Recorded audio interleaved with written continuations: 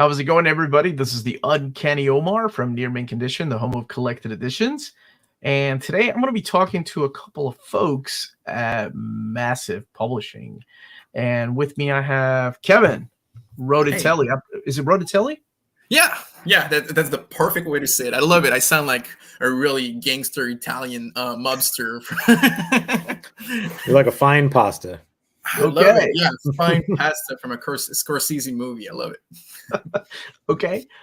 And then Michael, is it Calero or Salero? Yeah. You got to write the first. Calero is the non-R rolling version of it.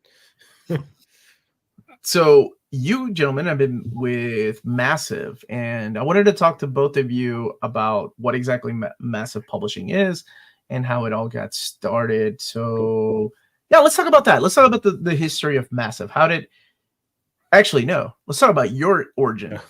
Right. How did you guys become comic book fans to begin with?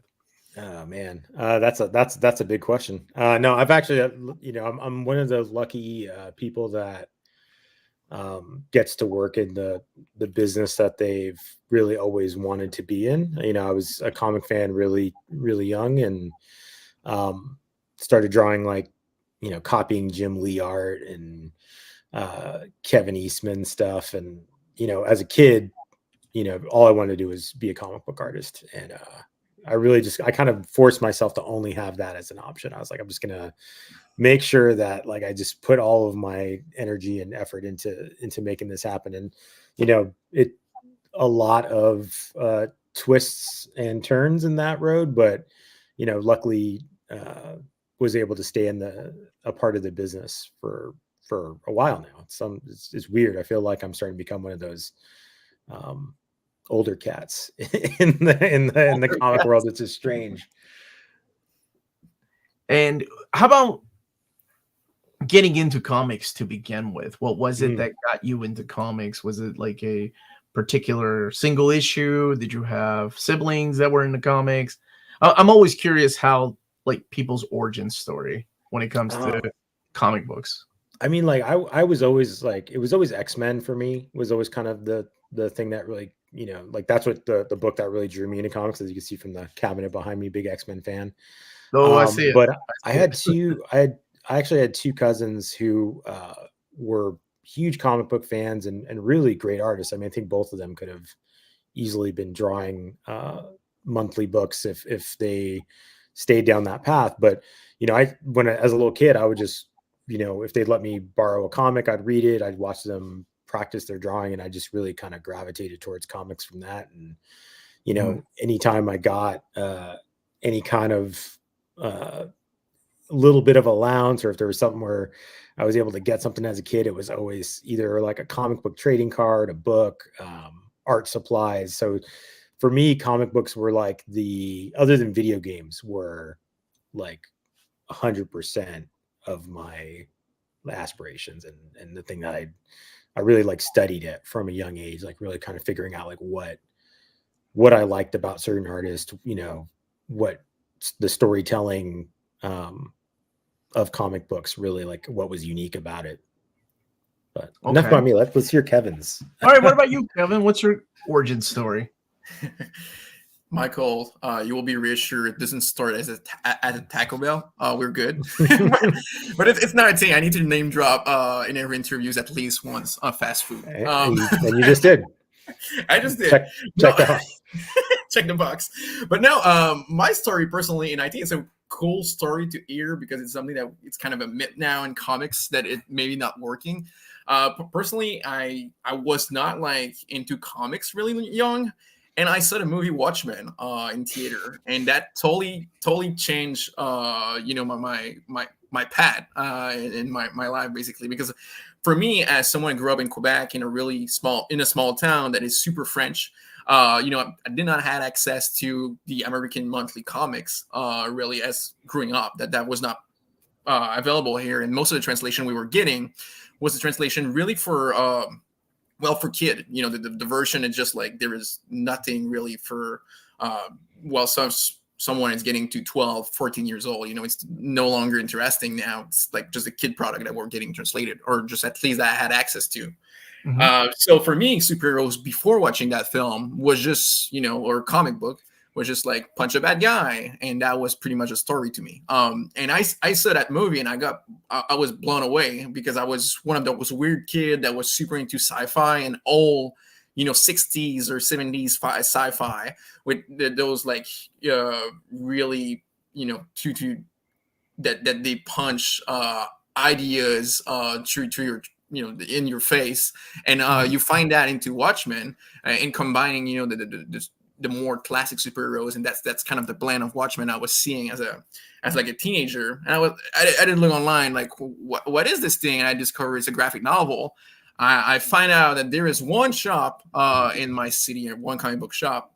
I grab my Watchmen graphic novel, I read it, I freaking love it. And I go back and I just ask, hey, do you have anything else from Alan Moore? I did dig the Watchmen. I buy, I believe it was V from Vendetta. Obviously, that's kind of the second one you go to after Watchmen. And, after I jump into Garth Ennis, Morrison, and all those guys that are kind of, in line with like Moore style. And I just really get into comics, and then I joined that comic book shop. I buy some small share as a teenager, and I just start working there and learning the process and really seeing like all comic books work. The distribution models, all publishers solicits, what's the appetite for the market, being directly to talking to customers every day. And I was like, well, let's get into publishing. Okay. It's funny that we can like that Watchmen kind of moment in time, that movie coming out could be such a different, this shows you where like you can't knock other people's the things that other people are a fan of or really love. Cause like I remember going into that movie and being like super disappointed because I was a huge Watchmen fan of the book and being like, oh, this didn't live up to what I was hoping. Now I'm a little bit more of a fan of it, but it's funny that same moment in time could be such a difference in interpretation. Like that set you on your path to comics, and for me I was like, I don't like these comic book movies so much. I think we forget that, right? Like a comic book movie sometimes gets people into comics. There's been quite a boom since then, since Avengers and even Batman and Watchmen. That is the first time I've heard, hey, I really like this Watchmen movie. Oh, it's based on a comic. I swear I've never heard that. So that's really interesting. I mean, I did see it. I'm not saying it's a bad movie. I actually thought it was the best you could do with the source material, because the source material is just so good that it's impossible to make it into a movie. Well, it's also a dense story, right? Like it's hard to make that. It's hard to make a I don't remember how long the runtime for Watchmen was, but it's hard to take that graphic novel, turn it into 2 hours, and for sure, like hit all the marks.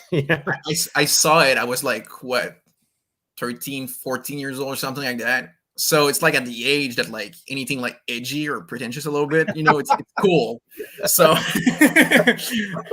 and that movie is really pretentious. I remember suffering. This goes back to the old man in the room kind of thing, but like I remember the early, like the Marvel TV shows, Incredible Hulk and Spider-Man. And then I remember like the first, like Blade and the first X-Men, and like all of those, like from a fan of the books, you kind of had this idea that the comics would never be like in my mind, the comics would never be translated into film and TV in a way that like felt like the comic books. Like it just seemed like TV and film didn't care to do that. Like they wanted to intentionally stay away from the source material in a way. And it's weird now that we're in a place where those things it's like completely the opposite now, where it's, there's things from the comic books that are getting put in these movies that I'm always like blown away. Like, I can't believe they got away with, like just something as simple as like putting Wolverine in the yellow and blue costume in the new Deadpool movie. You're like, oh yeah, there's a time where that would never have happened. Oh yeah, we would joke about it, right? Like, oh, it's black spandex for now, and that's gonna be cool.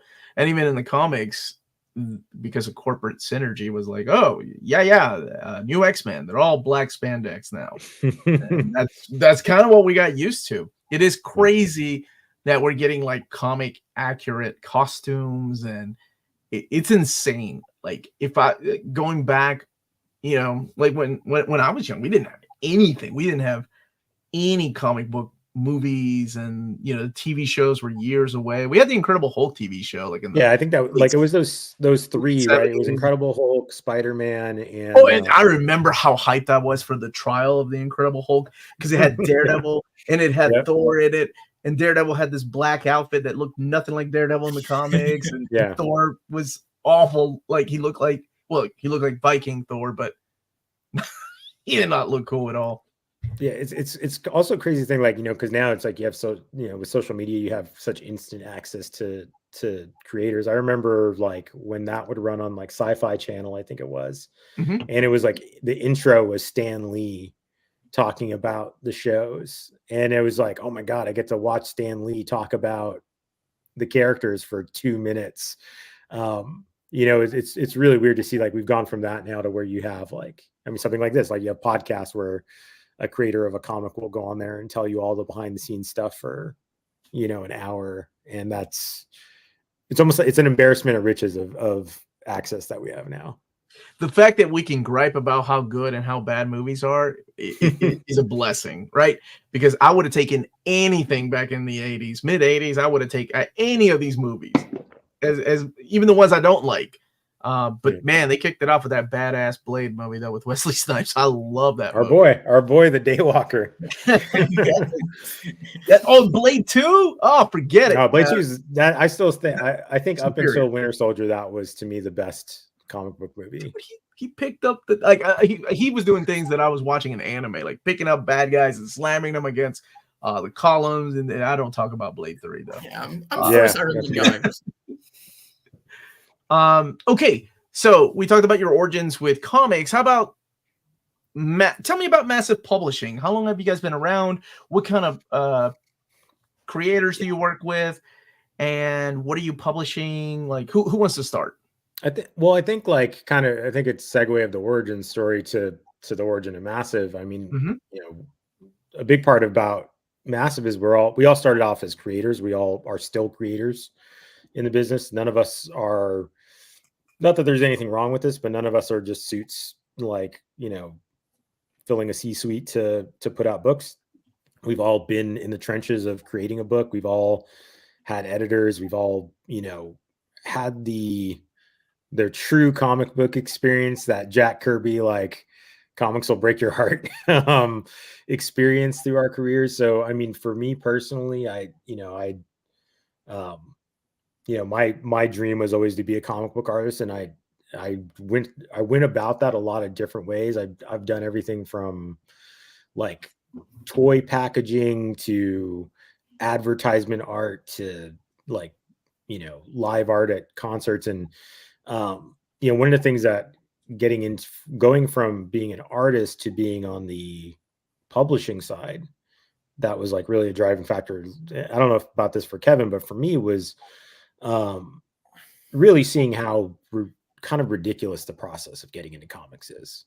There's phenomenal artists out there. There's phenomenal writers out there that, because they don't know the right person, or because they're doing something different from, not so much now. I mean, I think now there's a lot more acceptance, but like, I mean, a good example is, you know, when I was kind of coming up in comic books, you couldn't draw manga style art. Like, there was no, like, if you drew anime, manga artwork style, like, you didn't have a job in comics. Like, the closest thing was, you know, Joe Mad coming in and kind of like bridging the gap between that style and the American comic book style.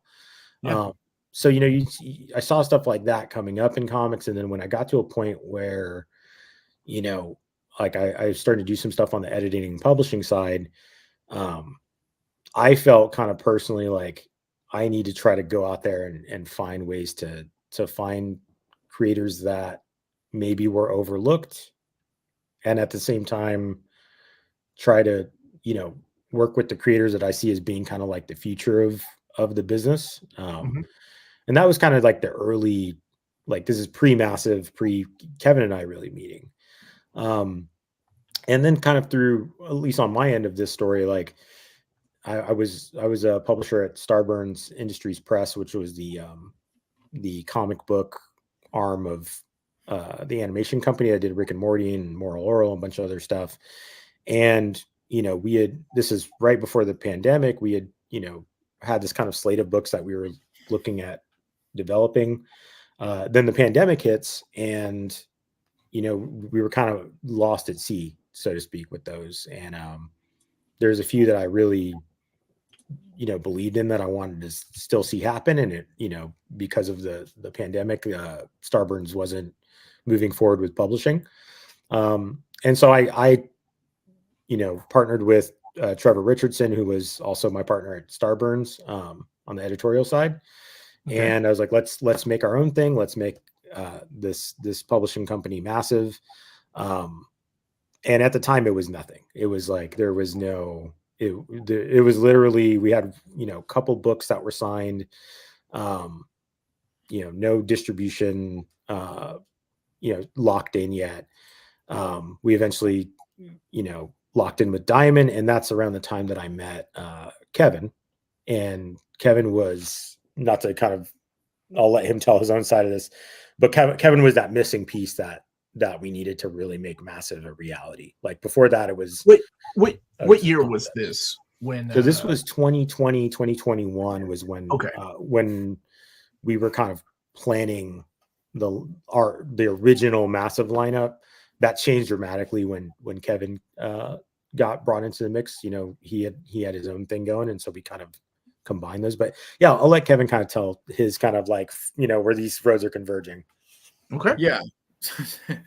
So I was in Italy. That's a pretentious way to start a story.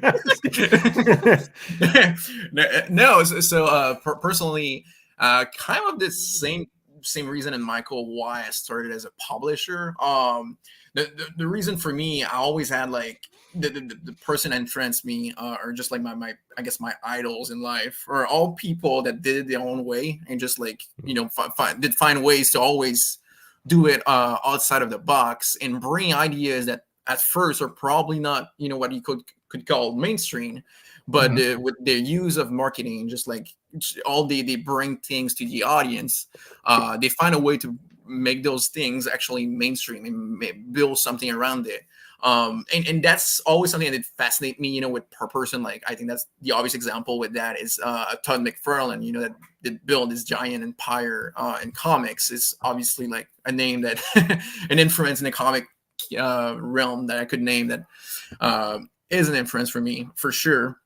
But so my idea as a publisher when I started was bringing those books that to me was really outside of the box, and finding a way to actually sell them and bring into the market and bring those unique voice to the biggest audience possible that normally will probably just has released like as a little Kickstarter because it's art as an artist creator to sell yourself, especially when you do.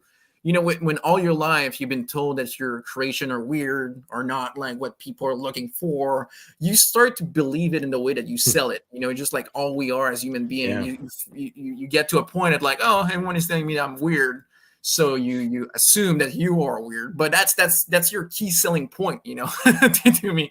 And that's all I started with my my previous publishing company, Happy Tang. That was an imprint at BMit Comics, which is now Sumerian Comics.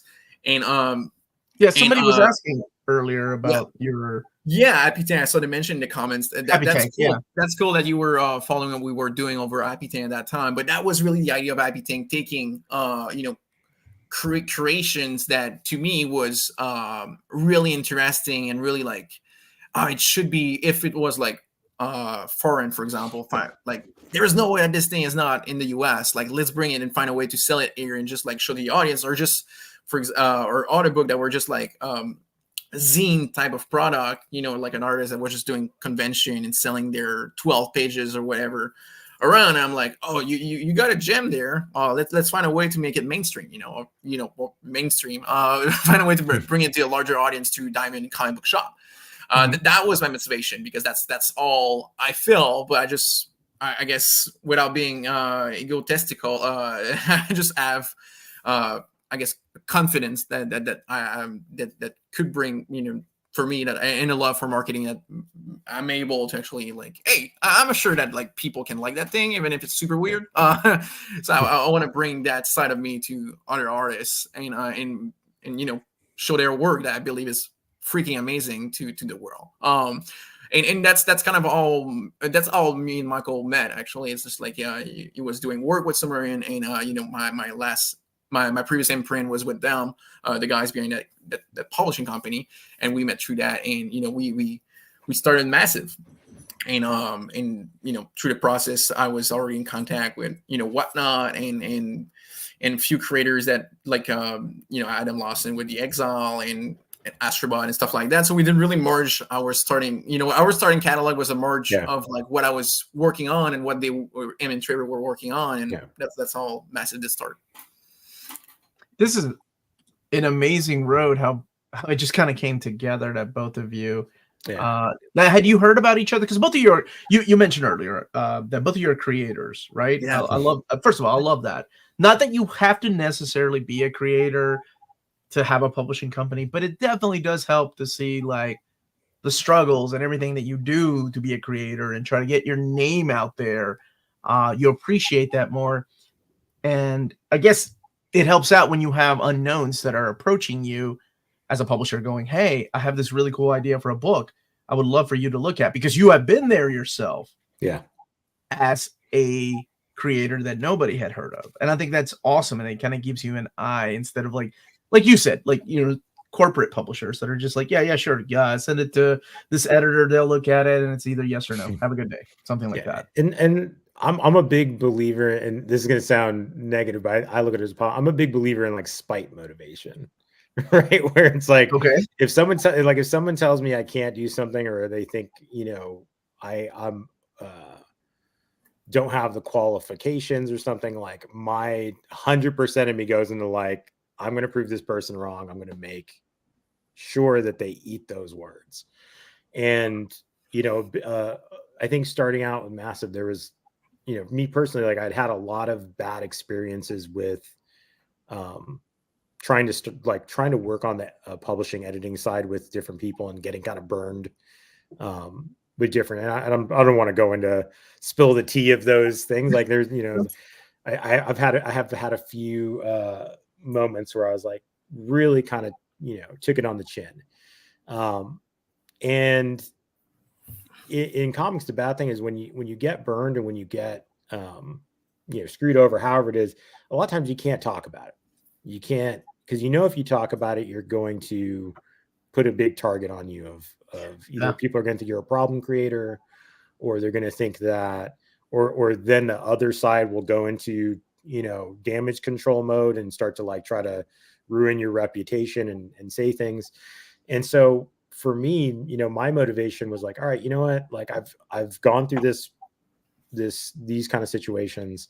I'm going to, you know, at least my part of this as you know, creating Massive, I was like, I want to create something where no one can tell me, like no one's going to challenge my qualifications.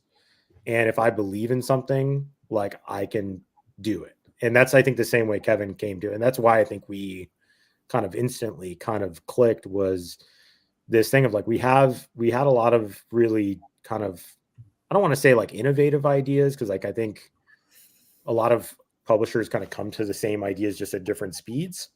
I don't think they're necessarily stealing ideas from each other, but like we had ideas of like ways that we could do publishing a little different. And, you know, a lot of those lined up. And so when we first started, you know, I don't think if you gave the same chess pieces to even a bigger team, I don't think they could have done what we did initially.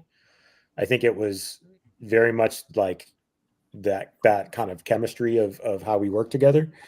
And a big part of that to me is like, okay, if I've gone through that in comics, if I've gone through this process of being burned and haven't been screwed over by publishers and co-creators, like I'm sure there's a lot more people like that in this business. We all know a bunch. And so one of the kind of founding principles of Massive was, let's do right by creators.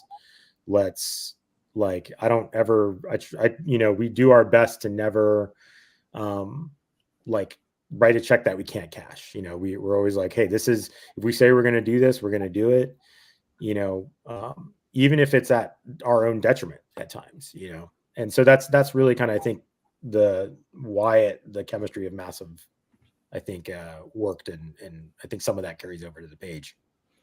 So we're looking at 2021, 2022 when you guys launched the first few issues of your titles. Yeah.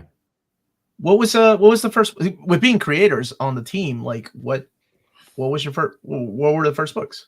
So you know, by virtue of, like, it was the thing that, you know, really kind of set Massive on his path, was we were working with a company called, when I was at Starburns, we were working with a company called 3 Black Dot on adapting a animated series that they were developing called Alpha Betas, and we were going to do the comic book that was like the companion piece to it.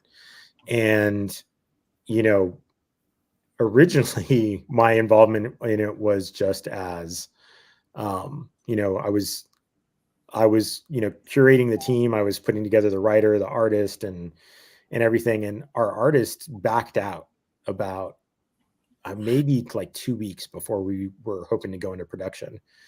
And, you know, and for very good reasons, he, you know, no harm, no foul in that sense.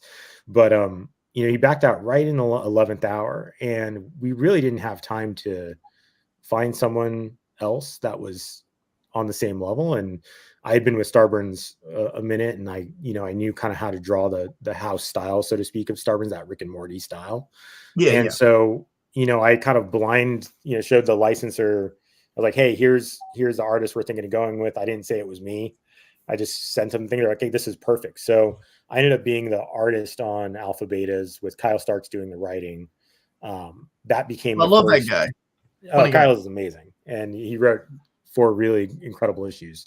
So that ended up being the very first Massive book, because it was the first thing we really came in with that was ready to go. And then, you know, our partnership with Whatnot, and Kevin can speak more to this. Our partnership with Whatnot was really key to our launch, and, you know, they had, our next title was their title. Yeah, Ninja Funk. Ninja Funk.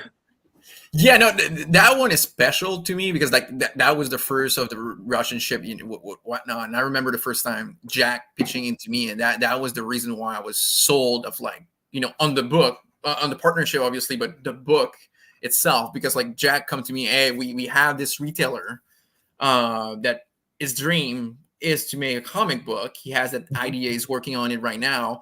And to me, just the idea, because I started as a retailer in a way too. So to me, the idea of, you know, helping the dream of another comic book fan, because I'm pretty sure anyone that did pick up a comic book, we all have an idea for a comic book. You know, that's all comic book give place, you know, for imagination. When you grab one, you can build your own story in your mind. And just knowing that we could have an impact on the life of a retailer and just, like, show this cool story to the world, like, hey, that guy is selling comics, now he's making his comics. So any fan of comic book, any retailers, do it, you know, if you have this idea, because, like, life is so short. If you have a dream or just, like, an idea in mind, do it. And I thought that was pretty freaking cool, you know, that we could jump on that train and make it happen, you know. Freaking. What's the rating of this show? I should have asked that before. You're good. I never tell my my guests what to say. You guys, but yeah, whatever. Did not slip. But you know, that was coming from passion. You're just passionate about this. It's a really cool story, and they even cooler stuff with that story. Is the first issue sold over 100,000 copies, and right now in the industry, in the state of the industry that we are, 100,000 copies is insane for a first-time creator indie book. And to me, it's the cool thing about what we did with Ninja Funk is, like, from the beginning of the story, you know, of, like, the behind-the-scenes story, is actually that, you know, it was an awesome story. That guy's his dream. And the ending of the story is 100,000 copies pre-order on the first issue. So it's like, you know, it's like Hollywood type biopic stuff, you know, which I find awesome. I think that's, like, to kind of the case in point of what I was saying about, like, doing things that other, like, and I don't like saying comic book gatekeepers, because I don't think anybody intends to be a gatekeeper. Well, most people don't, but I don't think, I think 9 times or I don't know. I think 99% of the time you take Ninja Funk to a publisher and you say this book with an unknown writer, first time writer, and an artist that, like he had credits with like I believe like Heavy Metal and a few other Oh, he did places, but Scumbag when he made like Scumbag, a yeah, one Scumbag, issue. like, but not like Oh, okay, yeah. not a, this isn't a guy who's has a following that's like moving 100,000 units normally. I don't think you take those pieces and you say, here's a story with this very like high concept kind of weird vibe, and say, push this as your main book and you're going to sell 100,000 copies. I don't think you get that from any publisher. And that was kind of like what I was saying earlier was like, we believed that we could do it. We believed like, all right, if we do this right, JPG and Steve were so passionate about their book, and they were like, I would love to say that this was like, we're just such geniuses of publishing that we made this happen. But I would say like the heavy lifting of making that book as successful as it was JPG really like going all in on his book. I mean, he made contacts with creators that were like really kind of punching out of his weight class as far as being a first-time creator, getting guys like Kevin Eastman to do David Mack. Variant cover, David Mack, and we brought some of our folks to the dance as well. But it was that thing of like he put so much energy, and like all he needed was someone to be able to say, we're going to support you in doing that. Like, we're going to treat this like it's the next James Tynion book. Like, we're going to push this as hard as any other creator in comics, and let's see what happens. And I think the result of that, you move 100,000 units to retail. Sorry, I was going to follow up on that.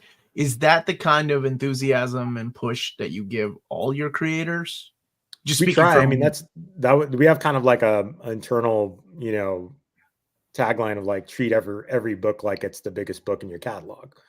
And there's kind of, I'm the first one to admit sometimes it's hard to do that, just because like, if you're launching two books at this, 2 or 3 books at the same time, like, something's going to suffer in that process. But that's part of why we keep our releases very limited. We only release a few issue ones per month. Mm-hmm. And that's so that we could focus on those books and say like, all right, let's not just dump issue ones into the catalog just for the sake of having an issue one on shelves every week. We can do that. Like, there's no shortage. I'll say it right now. There's no shortage of creators that would give you their book to put on a shelf, and like to be honest, to their own detriment, like not like know how you're going to present it. Right. That's happened with a lot of publishers. There's a lot of people that have been burned by their publishers by trusting, and then like their book gets thrown out there onto a shelf with zero marketing support, and then it dies, and we don't want to be like, we look at it like, if it was our book, we wouldn't want that done to us. So that's how we approach it. We say, okay, like if we see a book that's underperforming in like initial order cutoff, for us, it's like we hit the big red button and we say like, what can we do in this next month between now and FOC to like right the ship and turn that around and like really show people why this book is good. Okay. I like that. That's good. I like the idea of having, less to focus on the bigger picture. But you guys have been at it, for a couple of years now. Yeah. And do you still feel like a new company? Like, oh, what are we doing? Are we doing things right? Are we doing things wrong? Like, how does it feel now that you've been at it for a couple of years?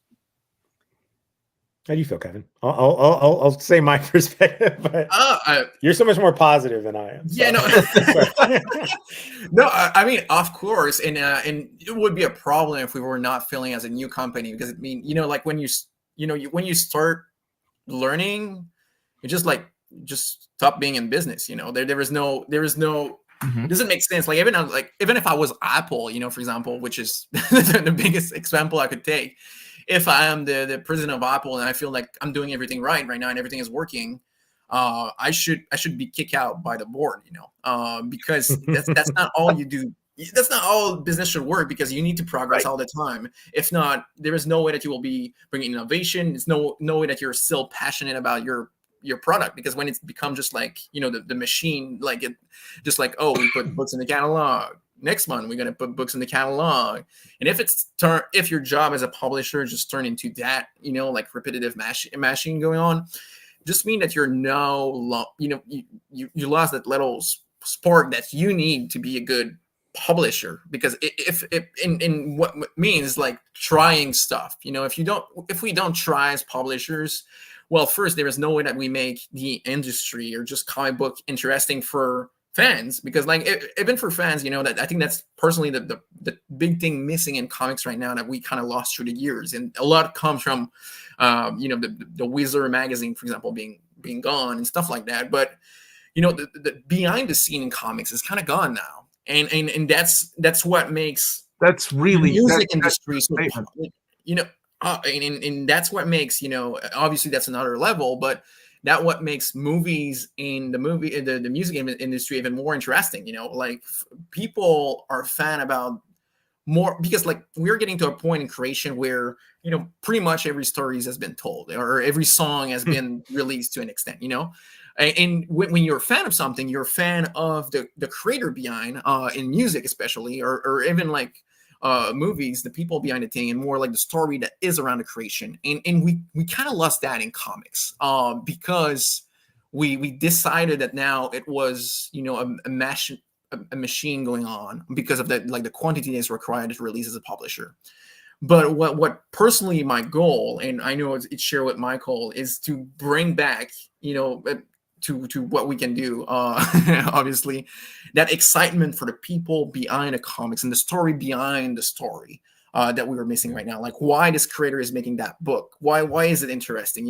It's another horror comics. Well, there is 200 horror comics releasing this month, in the previous catalog. Why this story matter? And that's I think that's what need to come back. And as I guess strategy as a whole in the industry, not just for us as Massive, it's like really, because there is no comics without the talent behind. And right now, I feel as an industry as a whole that the talent should be put, up front, and just like, hey, what's your story, dude, that created that's cool horror book? Why you did it? It's like, oh, I was inspired by that lady that was weird in my neighborhood when I was a kid, and and like really tell me why, that the why. And that's what I want us, and not just us, but as an industry being better at. It's just like making the the people behind, like everyone is interesting. If you have a story, it's true that you are an interesting person, but like why, bringing that up, and just like bringing back the passion, on the marketing side for the artisan behind, which is kind of lost now. Just like an industry of like everything is made in a factory, which I'm really blown away by your answer and your statements, because no, you are right. I can't believe your first comic book movie was Watchmen, because now I'm aging myself here, because wow, you seem so young and so full of knowledge, man. Like that's true. You're right. We don't have that behind the music or behind the comic book creators, which is why I love conducting interviews. But there's only so much time in a day, and then I have to focus on like collected editions and things like that. But I love meeting with companies, the people that are publishing these books. Like I had Vault on a couple of years ago. I love having Kickstarter people on. But again, there's only so much time that we don't. I love connecting with creators and getting the behind the scenes of what makes their story unique, and why they wanted to tell this particular story. So that is really true what you're saying, that we don't have that anymore. Well, it's like now we just have, and it's been like that for a while, since the days of Wizard ending, and since the days of the even websites. We just have an overabundance of books that people look at. Here's the pitch, maybe if you even click on the book, and now we even have different distributors. So not everything is a Diamond anymore. Now there's Lunar and there's PRH. So it's crazy. I think, I mean, like, I'm going to say something that's probably like a publisher shouldn't be saying this, but I think this is what's great about being an independent publisher, is you could say things and nobody's going to stop you. But, you know, I think that the kind of like this, the thing that nobody wants to talk about is how slim the margins in comics are, right? So like how little money or how hard it is to like kind of get money out of each release. Like it's, you know, there it's very tight, you know, for between retailers and publishers, creators. It's always like you're fighting for that inch.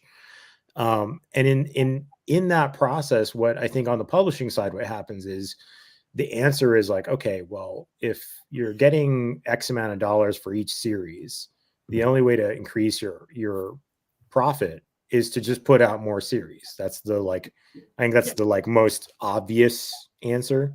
I don't think it's necessarily always the right answer, but I think it's the one that's the most like, all right, well, if you make X amount of thousands of dollars on one title, well, then do 10 titles, do 20 titles. And once you get into that mode, you don't have the time to sit there and focus on the creative teams behind your stuff like maybe they deserve or you would even like to. I mean, I don't think any publisher is like intentionally not promoting their creators. I think it's just a time issue. Yeah. And then on the creative side, if you're not making much on your books, because I think, like I said, comics is tight margins. Like there's not, the majority of people working in comics are probably, you know, I don't want to say living month to month, but they're living project to project. You know, it's like they have to have that next project right when they finish the one before. And so when you get into that mode, you don't have time to sit there and go behind the scenes of the thing you're doing very much. You don't have the time to like show the artisanship of it, right? And I'm sure you deal with this as a podcast.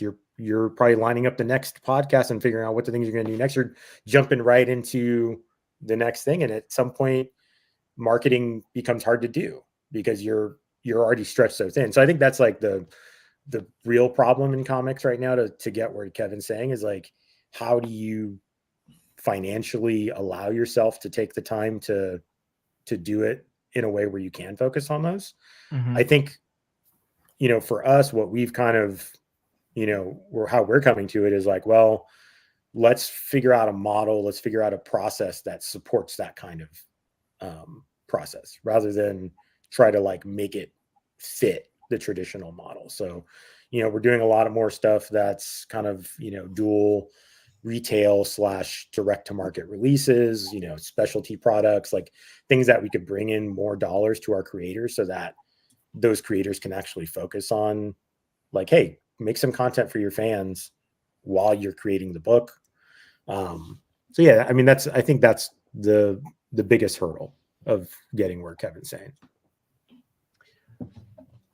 I like seeing this aspect of publishing. I like hearing both of you talk about these things and you know how much the industry has changed. And back to your point about publishers putting in, you know, this many titles a month.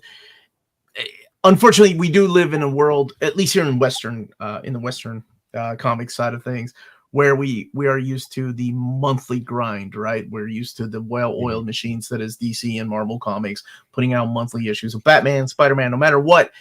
Even when Batman is dead, even when Spider-Man is not Peter Parker, there is always going to be 4, 5, 6 Spider-Man and Batman titles. I think that's where the independent publishers really shine, though, is they don't have to do that. That's a Marvel and a DC thing. That's what they have to do because it sells, right? Those books but that chokes out independent comics, though.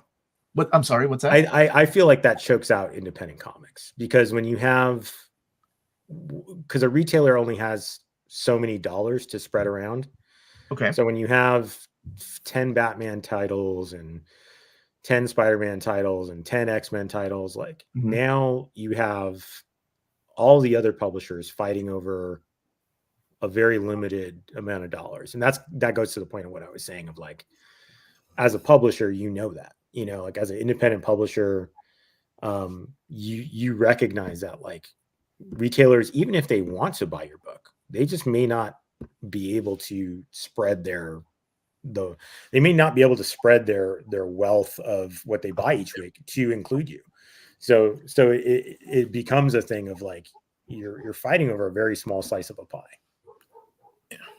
Okay. Each time they buy a book, it's the retailer taking the risk, because like they buy that, they assume that maybe there will be a customer for it at the shop. But not only that, even with Pullbox, as like someone has been a retailer, like there is many times that like someone gonna order something and just like, oh, I'm tight this week, I won't pick up that thing, or just like stay in the Pullbox for a week, and that guy just disappears, maybe dead or something, and then he popped, he was he was in Argentina for 2 months, but he did not told you, and you did order all his ongoing stuff, and now you're, that guy has a Pullbox of like $400, but you're not getting that money back. Yeah. So the whole system is retailer taking a lot of risk, but having all, there is so many titles on the market right now that I do understand every retailer is not taking a risk, on like new creators, or new IPs, because it's just like it's the risk, the financial risk is on them, and right now it's for everyone. The economy is not the greatest of all time, so taking that risk is hard. But so that's why for us we want to focus on like little titles, like minimal numbers of titles, not going with 30 books a month, because we are conscious of like the industry that we are in right now, and that there is a really as the budgets are getting smaller and smaller for everyone, and that include the budget of like the creators as well. When you do a creator-owned books, that come with a lot of expense, and we want to be self-conscious of like those creators are trusting us to do their release. They did invest a lot of time, money, passion into this book, and it's just like to me, it's just respecting who is trusting you. Yeah. So how many monthly titles do you all have coming out? And then how do you handle things like collected editions, like trade paperbacks? Because I think some of my viewers knew about the Zorro book. That was like a big thing that you guys were doing through a Kickstarter means. But and that one was like, it was a dual Kickstarter retail release. Okay. And how many titles are you all releasing then on a monthly basis? And like that also include the collected editions? So we try to do, as far as like new series launching, we try to limit it to like around 2 on average each month. Sometimes it'll push more than that. And then obviously just the nature of comics, like there's going to be points where you're running, once you get into like the 3rd or 4th month of after you launch a series, now you're doing 6 to 12 different books at a time. That was actually a big part of, we have these partnerships that we've formed, like with Whatnot. They have, they have their titles that they release through us. So they're able to really kind of like, they're able to focus differently on that. We sub-distribute Sumerian. So like, for instance, like American Psycho, Bad Omens, which Kevin wrote, that was through our account. So like they have their own, they're a publisher on their own. So they're able to support their books a little bit more direct. So then it frees us up to say, okay, we can focus on our 1 or 2 new titles for the month without our attention really being like too divided. And then as far as collected editions, we really held off on that for a while. And, we're launching in bookstores next month with my book Quested. And then Zorro comes out the month after that. And it's going to be pretty much a book every month coming out in collected editions, going back to our, so we're going to go catch up eventually with the things that we've put out previously then we'll be doing, as soon as the series ends, we'll have it coming out in a collected edition like most publishers do. But we really wanted to focus on that the same way we do our monthly books and say, okay, what can we be doing to drive sales of these collected editions in a way that maybe other publishers aren't, or maybe that we hadn't originally thought of. So like one thing we're doing that, we're actually just about to, we'll announce it here. But one thing we're doing is like for our trade paperbacks, we're doing a first edition variant for those trade paperbacks. So it's a limited to 1,000 print run first edition that has like a different cover. And now, that becomes kind of like, it kind of brings the collectible kind of variant aspect to trades, which I don't think exists right now. And it's something for like, if you're an early fan of a book, if you're an early fan of some of these titles, you'll be able to have something that kind of like, I'm a big believer in like the kind of like the collectibles side of the business where it's like shows how long you've been a fan, like I'm proud of the books that I bought the month or the week they came out that now like people pay $1,000 for. It's just like, oh yeah, I paid $4.99 or $3.99 for that. So that's kind of like the mindset we had with this is like, okay, well, how do you make a collectible trade paperback that kind of shows like you were one of the first 1,000 fans type of thing? And with those first printing books, like, is this something that's going to be available through the direct market or book market or through your website? Both. I mean, so that's, and once again, like the kind of behind the curtain of publishing is like trade paperback sales at retail are not great as far as like comic book stores. Like it's a lot smaller than most people would think, because, and it makes total sense, is like, if I'm a retailer, am I going to buy 5 copies of a trade paperback and gamble on that when I know I can order one, and then if it sells, I just order it again, right? And I just keep getting it, on my monthly. So like, there's entire systems built into Diamond's, like ordering system where like, if a trade paperback sells out, it automatically will reorder that, to put it back on the shelf. So, when it comes to trade paperbacks, like your initial orders aren't crazy because most stores are just getting a copy or two, unless it's a really huge title that they know that's going to like fly off the shelf. And so, that's part of like our mindset of like, okay, let's do something cool for the first 1,000 orders. And I don't think, those might not all go to comic book shops, but comic book shops are going to have the first bite at the apple with that. So like, for instance, Liquid Kill, we're, for the next catalog, we're collecting Liquid Kill, and there's going to be the first edition cover that Diamond has the first, or, Diamond retailers have the first crack at it. So if 1,000 orders come in on Diamond, then they're sold out. But if 500 get ordered at Diamond, then we're going to take 500 and we're going to offer it to the Simon & Schuster bookstores when we drop it there. So you guys have had, let's see, because I remember meeting you all at New York Comic Con, and you had a couple of trades. I think it was Ninja Funk. Yeah. And was it Quested? Quested was the other trade that you guys had. Yeah. So Quested is a good example. We dropped Quested in December. Through Diamond. So retailers had this, 6-month lead time of being able to sell that to fans. And now it's going to be dropping in like traditional bookstores, Amazon, everything, and on June 3rd, right? Yep. I think it's June 3rd. Yeah. Yep. Okay. Yeah, we happen to have it right here. So look for this guy. Oh man, you're frozen right now. Otherwise, I froze at the perfect time. You froze. No, you froze right before the perfect time, which is when you were holding up the book. Otherwise, I would have highlighted your panel. Well, I don't and I can help with that, but it looks great. So you going into trade paperbacks, and Zorro, I believe that will be your first hardcover. Is that correct?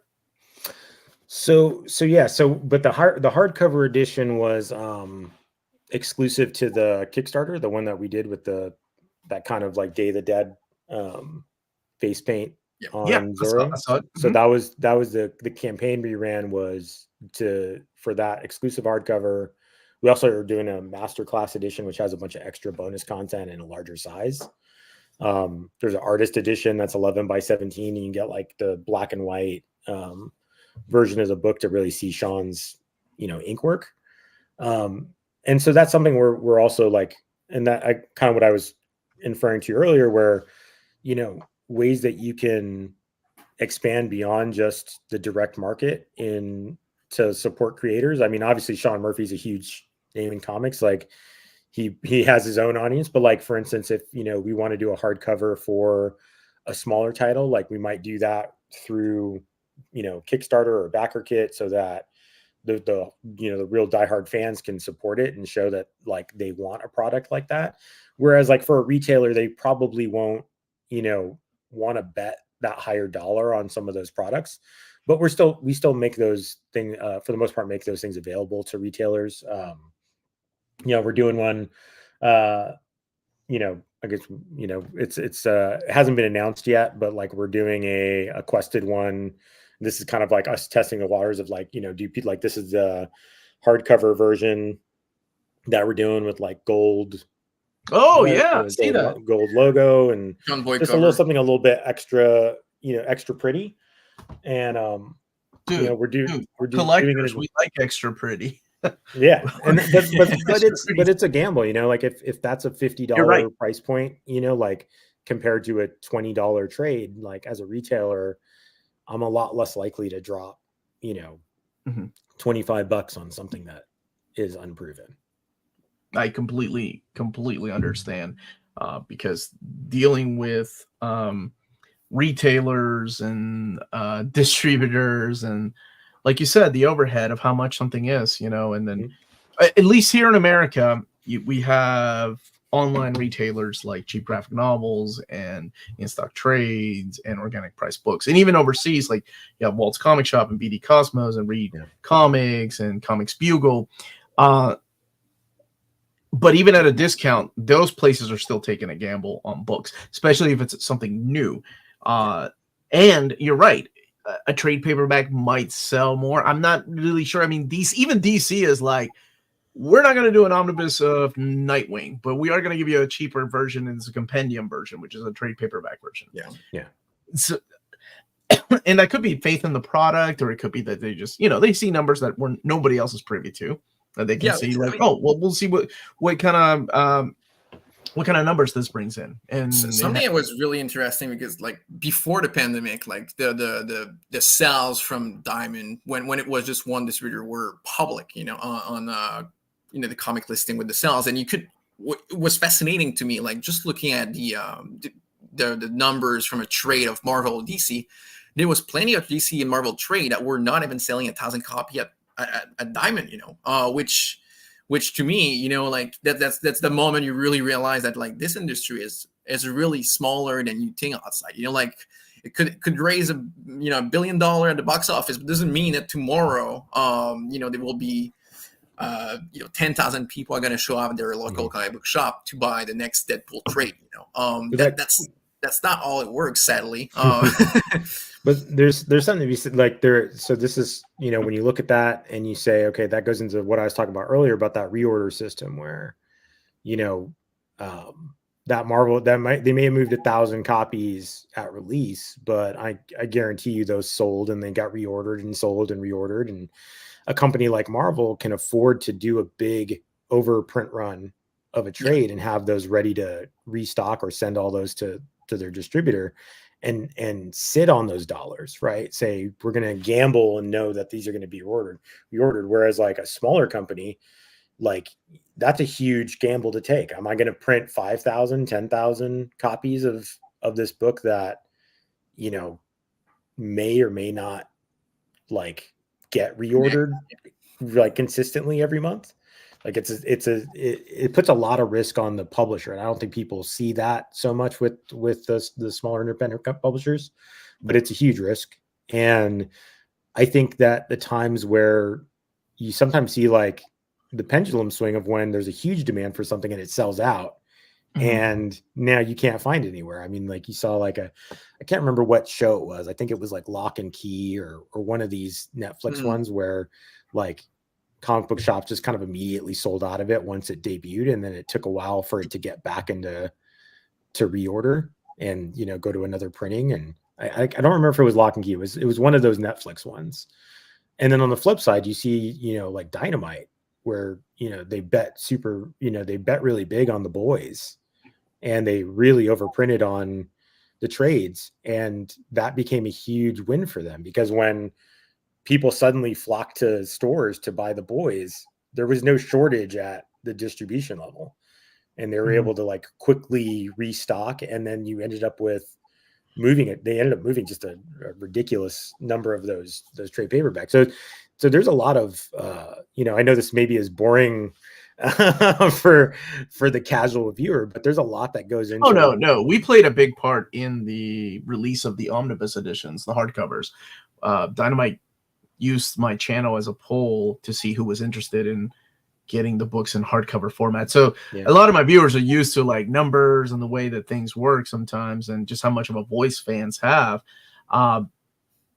But yeah, you're right. You're absolutely 100% right, because you never know if that show is going to fail or succeed. And with the boys being what was Amazon, right? It's like, okay, well, we saw the first 3 episodes, pretty good so far. Let's reprint a bunch of books that are out of print and make them accessible to people that are interested in the comics that came from the show. And there was a chance, of course, like anything, that it could have failed. They could have bet really, like I think they went really, all in on those initial print runs, and like that, if the boys had gotten canceled or failed or whatever, like that could have been a huge blow for them. Luckily, it didn't go that way. And that's the difference of like book publisher, us, like, for example, if we were getting a show or something like that, we need to print those books before the show release. It's impossible for us to just like see, oh, the show is a smash hit, let's go to print. No, that means that now we need to go into solicitation with this year. We need to go to print. So it's already too late. The buzz is going to be out. So we need to take the risk before. And that's the big difference, like book publishing or good example, for example, Fallout that just released. As a video game now, it's fully digital. So like, oh, the show is a smash hit. The day after, there was 5 million players on Fallout, at the same time on Steam only. But for Bethesda or Microsoft, I mean, that was zero, investment pre-done, because the game already done and there are digitals. But for a book publisher, for us, we can't just wait and cross fingers that we'll have like 5 million readers the day after it aired because the show is so good. We need to take all the risk before. So yeah, there is so much like logistic and operation behind a release, and not just like with TV shows. It could be as simple as like YouTube interviews like that. Like, for example, a clip go viral on TikTok from something on the interview with one of our creator, and now there is a demand for that book. Well, there is no way for us to calculate that before the release, but we need to have the books already printed in like to answer like a demand like that. Like, what if there is like 500 orders on Amazon? We want to be sure that we can sell those books, but those books need to exist before. So there is a lot of investment, and as so smaller companies, we need to be like really conscious of like the demand, and it's playing. We are pro sport players of math and logistic to me, and I think it's a good publisher. I think the one of the biggest parts of publishing is managing risk. How do you like make it less risky? How do you offset a risk with something that is going to go well? Like, we can do. You're not always going to have Sean Gordon Murphy, Zorro every time, so it's like you have to make that one really count, and it allows you to take a risk on a few other things. And like we have, right now we're promoting Popeye. We have the Free Comic Book Day book coming out this week, which we're super excited about. And that's one of those books that like we know that once people get that in their hand, they see it, they're gonna be like, all right, this is really cool. Like, this is like I would not have thought that, and this is not to knock the property all, but I would not have thought that like manga Popeye, like an anime Popeye, was like could be as cool as it is. And then like you flip through the book and you're like, this is rad. And so that's one that like when we look at that, we're like, let's go all in on this. Let's really bet on this title. And if we bet right, now we can like transfer that success to being able to bet on 5 more independent titles that maybe we couldn't have if we didn't do that one like big licensing push. So speaking of Popeye, what other titles do you guys have coming up? What other collected editions? Can you give us I guess a small hint, or you can just tell us what you have, if you can, of course. And who the creative teams are behind them. Yeah, so I mean, like for anyone who is who either missed out on some of our early titles or were fans of the early titles and want to, get a collected edition to put on their shelf, we're going to print on a lot of those early books. So like for instance, like Astrobots, which was Simon Furman writing, who's legendary Transformers writer, with Hector Trunex, just incredible. I don't even know how Hector does those pages by hand. They're incredible. But so that's going to get collected soon after Zorro. I think that's going to be I think it's October. Yeah. And then so for September we have The Exiled, which is the Wesley Snipes project that we have with Adam Lawson writing and Keith Aram. That book is going to be coming out September. And that one, like Wesley Snipes, boy, you really did like Blade, didn't you? Yeah. That's what I'm saying. Our boy Wes. Okay. He he's that was co-creator. Yeah, he's one of the co-creators on the book, and that's awesome. It's like if you like Blade 2, it's very much in that vein. It's like Blade 2 meets Blade Runner, which is kind of funny. Okay. But yeah, so that one, we've already seen like a huge demand from our kind of like our early order, like pre-orders for that book. So we're really excited about the reception at Book Market for that title. The goat. Liquid Kill, as I mentioned earlier, is getting collected. We have North Valley Grimoire that's going to be collected here pretty soon, so you'll be able to get that as a full trade. Liquid Kill that we mentioned earlier. Yeah, Liquid Kill. Yeah, so in Assassin's Creed Visionaries. Assassin's Creed, yeah. Awesome. And these are mainly trade paperbacks, but you held up a Quested hardcover. Is that something that you're just trying with Quested? Is that what? So that's something we're going to be doing as a Massive Select, like kind of mini campaign online. So we're going to be doing, it was limited to, we printed like 500 copies of it. And we're going to be doing like a special like remark drop that we're going to be launching here pretty soon. Okay. And it's really kind of us just seeing what the demand for something like that is. Sometimes you have to kind of like take a little bit of a gamble and say like, all right, let's see what doing a remark signing on a hardcover as if it was a convention. If you did that online, what does it look like? So that's kind of what we're doing with that one. And there are other titles that we'll do in hardcover. But to be honest, like, you really have to have a demand for that prestige format and know what it is before you go, because it's so much more expensive to produce that type of project. And that's why, like, with Zorro, like we knew we wanted to do a bunch of really high-end versions, and that's why it was so necessary to do that through crowdfunding. Gotcha. Okay. So anything else in the pipe works as far as new series? Yeah. Like, single issues? Yeah, we got some pretty exciting stuff right now that just drop it in the previous catalog. The Luchaverse Catalyst. Which Luchaverse Catalyst for everyone who doesn't. There you go, translation. I love it. But yeah, that title that Michael just mentioned. Gotcha. So it's the first issue is every issue is going to be starring different luchadors, real one. And the first one is really special because it starts with Rey Mysterio, so the GOAT, and also Tiny Blast Jr., which is an iconic luchador. But what's really interesting about this series, that it's not like just wrestling in the ring. It's really what the luchadors are doing, overnight. Like what's their thing when they're not in the ring.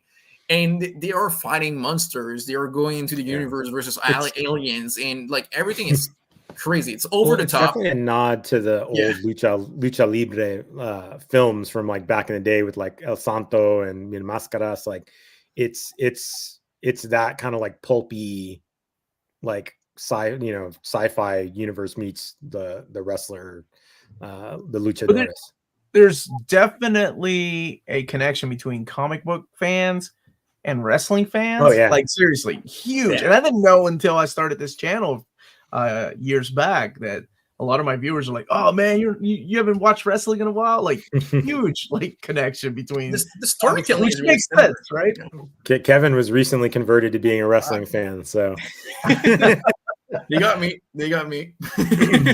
yeah, and I'm a lifelong wrestling fan. Like I've had my times where I fell out of love with the genre, but like it's one of those things where there's this weird connection between. I mean, I think anytime you have like, like the storytelling in wrestling is so like, it's a mix of soap opera and superhero and all these things and sports, and like I think being able to it lends itself, especially with the like masked wrestlers, it really lends itself to the comic book format.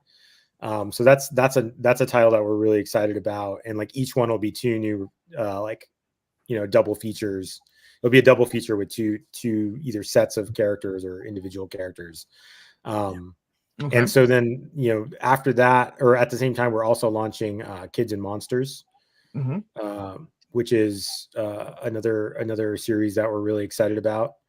Actually, that's kind of like a little teaser there. That's going to be our next announcement series. But the one that's I think kind of personally gratifying that we're doing is Ram God, which was is this kind of how would you describe that, Kevin?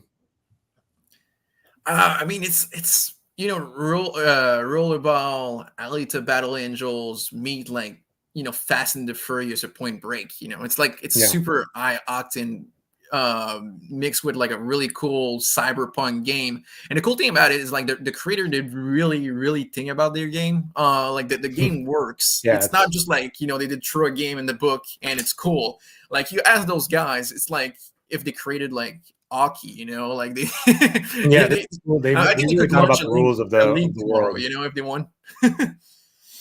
So that's one we're really excited about. It was one that it's the creators we've been working with them for a while now, and really just waiting for the right time to kind of bring this book out, and it just kind of worked perfectly with being kind of one of our big summer books, or summer catalog books. And we have some stuff we're going to announce at San Diego Comic-Con. We'll be there and announcing a few books and doing a few like drops of limited product, because anyone who's been around with since we did Whatnot Publishing and our early days, we always try to like release these kind of coveted books at the big shows. So that'll be a fun one. Awesome. And we will also launch a massive wrestling belt. Oh man, that's it. We're gonna make it happen. Awesome. Well, I just want to thank both of you for your time joining me and talking about the behind the scenes of Massive. And I hope to see more and more products. I love, just seeing different creators and different ideas come to fruition and then get published. So it's really cool to see another publisher. And I'm excited for a lot of the products that you guys have been talking about, a lot of the books that you guys have been mentioning, and the creative teams. So I hope to see you continue to grow, but not too much, right, Michael? So you can focus on those smaller releases. This is the thing, though. I mean, I would love it if 10 years from now we're sitting down having another conversation like this, and Massive is able to bring 100 times more products to the market, but they would need to be done with that same kind of care. It's like we're not opposed to growth. We just want to keep the growth to match like the attentiveness that we have to the books. Yeah. Well said. Well said. Now, where can people follow you all? Like Instagram, social media? Yeah, we are on every platform. Massive Publishing. Twitter, it's Massive Publish. And personally, Kevin Roditeli on every platform. You can follow His me. address is 795. Go for it. Tonight we're throwing a party. No. Everyone is welcome. Massive belt on the menu. But yeah, you can find me everywhere, Kevin Roditeli. And I will say, hi, thank you for watching. Yeah, and you know, and Awesome. the thing, like, one thing I'll challenge anybody watching: if you like a book, or if you think that if you see it doesn't even have to be a massive book, but whenever you see a book that you're really excited about, or you're stoked, like, reach out to the creators, post that, because, like, I think one thing that from a purely creator standpoint, like, I love seeing people's reactions to the product that we've put out, like Quested or American Psycho, you know, anything I've written. I love seeing that. I know most creators don't get enough of positive reinforcement on their projects. So if you're watching this and you like a book, make sure to shout out your creators. Yeah, that's better than money. Even if I really like money, but like seeing something online like that, that's the motivation that will bring you to make more books. And just like, it's you know, you never know when creator is having a bad day or something. You can really change the path of like of someone just by posting a picture. It's crazy how it could be impactful in a creative mind, you know. Wow. Oh, I wasn't expecting that. That's really great advice, honestly. Seriously, because you're right. You never know when somebody's having a bad day. Absolutely. So yes, thank you guys so much. You are welcome back anytime you want to come. Right. And you've got something in the works, then yeah, come by. And I can't wait to check out some of these books, man. They sound awesome. And one last thing, because I know you guys love art cover. There is just like I guess, Michael, correct me if I'm wrong, there is like 2 days left to grab Zorro Man of the Dead art cover on backer kit. Like there is like 48 hours or something that you can still go grab your copy after we close the orders, because we need to go to print and fulfill our lovely backers. So okay, so everybody heard that, right? I'll leave a link in the description of the video too. I was just looking it up. Thank you, Omar. This is a really great experience talking to you. Oh, it was my pleasure. Thank you so much. The next time I'm in Cali, I'm coming to your house to play that. Do it. But we'll jump on. We'll jump on. Tips on Wolverine. Tips on Wolverine. Thank you everybody for watching. Go to their website, check out some of the products, and they got new products coming out. And hit that like button on the way out. Everybody, have a great and wonderful day.